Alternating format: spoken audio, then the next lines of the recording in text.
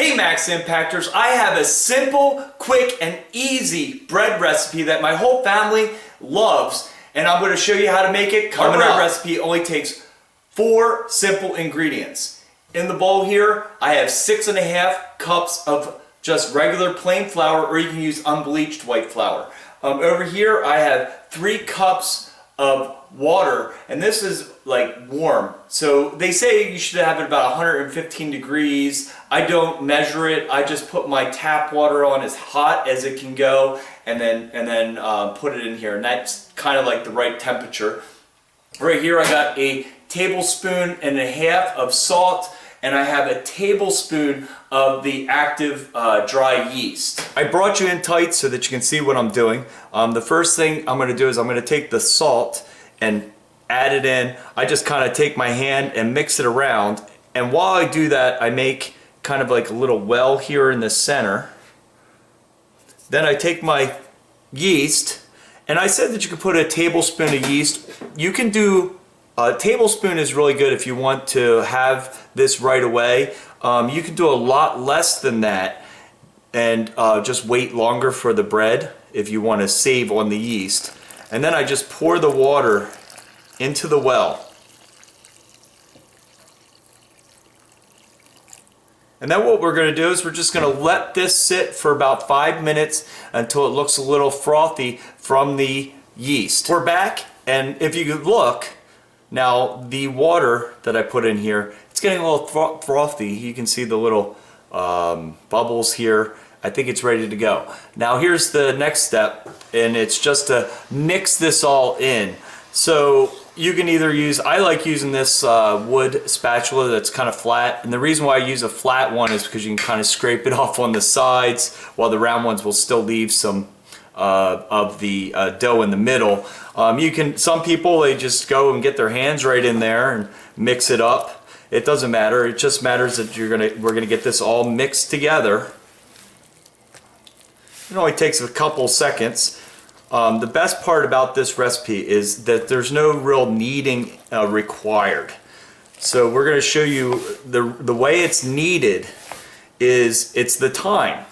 So you just let the dough sit for a long time. Even you'll see how I'm going to show you also how I store it, because this will actually make 3 loaves of bread that I make.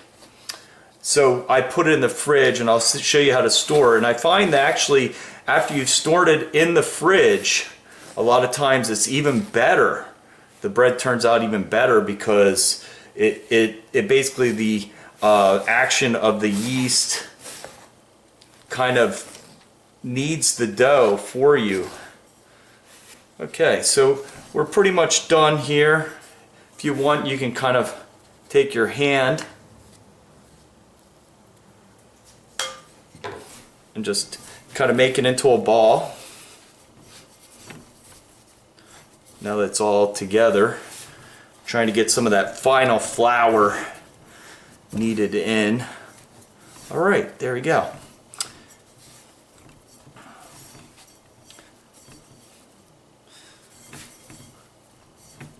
Okay, so once you get this done, it's just a matter of letting it rise. I'm going to put a little towel over it just to keep anything out of it, keep it warm. And then you're just going to let it sit until it doubles in size. We're back. It's been a couple hours since I put this to rest, and now we're going to open it up, and I'm going to show you a little picture on the screen of what it looks like. And then we're going to, now, this is pretty much done. I like to punch it down, then I just pull it out. And this will make 3 batches of bread, which we're going to show you in part 2 of this video, which you'll see coming up soon.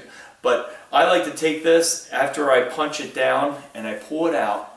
And I have this container, okay, it's just with a glass lid, the lid goes on there. And I love using this in the refrigerator. The reason why is because it lets some air out. It keeps the bread dough nice and moist. So what I like to do here, so on the top, a lot of times with bread, you'll end up with crustiness on the top. And I find what really helps to stop that from happening is taking the bread out and kind of flipping it upside down. because the moisture side is usually on the downside, and then put it in this little container. And then what I can do is you can store this in the fridge. I've stored it in the fridge for about a week with no problems. As you do it, in the next video I'll show you how you just tear off a piece that's about grapefruit size and how to form it into a round loaf and put it in your oven.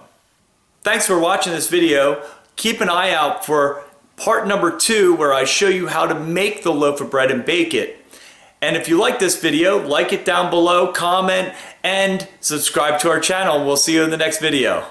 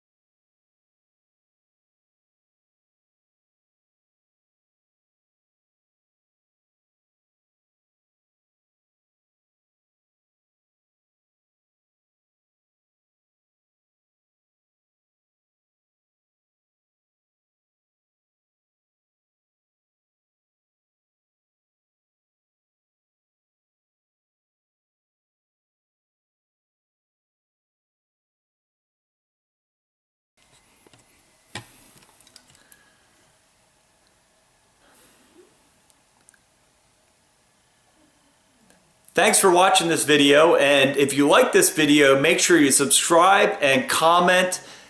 Wait a minute. Okay. Thanks for watching my video.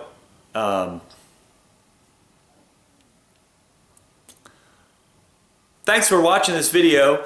Keep an eye out for part number 2 where I show you how to make the loaf of bread and bake it. And if you like this video, like it down below, comment, and subscribe to our channel. We'll see you in the next video.